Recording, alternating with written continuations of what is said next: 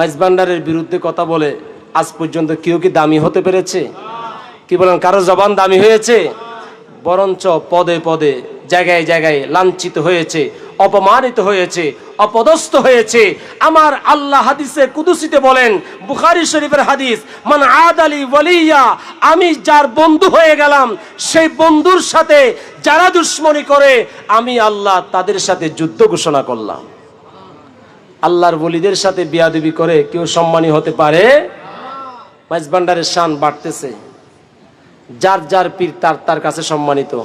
আমি আমার পীরকে ইজ্জত করতে গিয়ে, ভালোবাসতে গিয়ে আরেকজনের পীরকে অসম্মান করার অধিকার আমার কাছে? মাইজভান্ডারের সবক তো সেটা নয়। মাইজভান্ডার তো বলে এই দরবার সবার জন্য, ধর্ম বর্ণ নির্বিশেষে সবার জন্য। মাইজভান্ডার দরবার উন্মুক্ত, অতএব মাইজভান্ডার দরবার কারো জন্য সীমাবদ্ধ। আপনার আমার দরবার সীমাবদ্ধ হতে পারে, আপনার আমার পীর সীমাবদ্ধ হতে পারে, কিন্তু হাসান মৌলা কারোর জন্য সীমাবদ্ধ হতে পারে? তিনি সব জায়গায় আছে না নাই?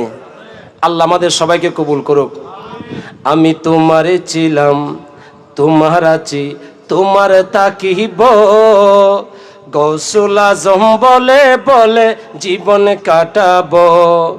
আমি তোমারে ছিলাম, তোমার আছি, তোমার তাকিব, মৌলা হুজুর বলে বলে জীবন কাটাবো।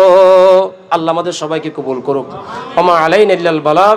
আসসালামু আলাইকুম ওয়া রাহমাতুল্লাহ।